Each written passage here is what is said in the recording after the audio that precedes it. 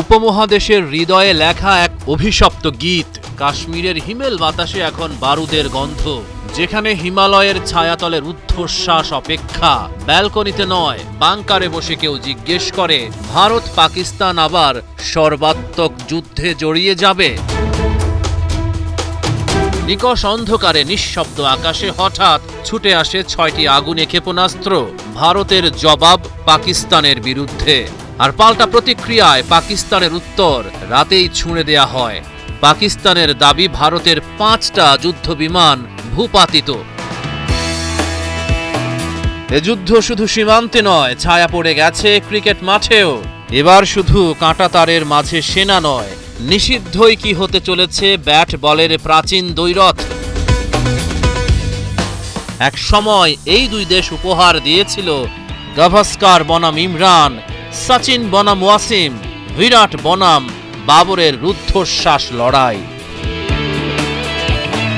কিন্তু রাজনীতির বিষাক্ত ছায়ায় সেই লড়াই আজ মুমূর্ষু। ২০১৩ সালের পর থেকে আর হয়নি দ্বিপক্ষীয় সিরিজ, শুধুই আইসিসি কিংবা এসিসির আয়োজনে দেখা হয়েছিল, তাও আবার হাইব্রিড নিরাপত্তার নামে দেশ বদলানো নাটক।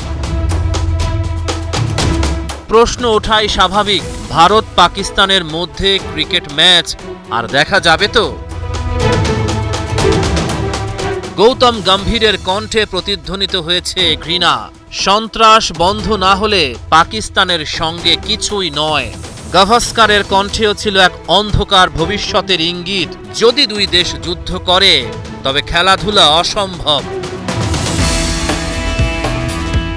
শব্দগুলো কাঁটার মতো বিঁধেছে উপমহাদেশের ক্রীড়া মননে।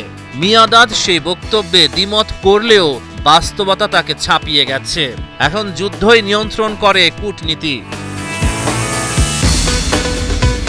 আর পাকিস্তানও তো চুপ নয়। ভারতে কোনো বৈশ্বিক আসরে খেলবে না তারা, না পুরুষ না নারী। ২০২৫ নারী বিশ্বকাপ, ২০২৬ টি-20 বিশ্বকাপ সবই এখন প্রশ্নবিদ্ধ। ২২ এপ্রিল পেহেলগামে সন্ত্রাসী হামলায় ২৬ জনের প্রাণহানি। তারপর থেকে ভারত শুধু ক্ষেপণাস্ত্র নয়, ভার্চুয়াল যুদ্ধেও আঘাত এনেছে। ওয়াসিম, শোয়েব সকলের সোশ্যাল মিডিয়া কণ্ঠ যেন নিস্তব্ধ করে দিয়েছে ভারত। এমন সময়ে ক্রিকেট ডিপ্লোমেসি, এটা কি এখনো সম্ভব? যখন দুই দেশের তারকারাই সামরিক হামলায় উল্লাস করে, তখন কি আর পিচে দেখা যায় হাসি মুখে টস?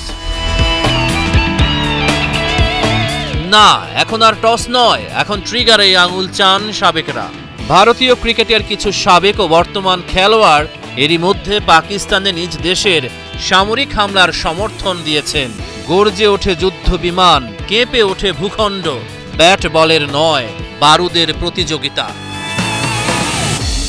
রহমান পেয়ার, ৭১।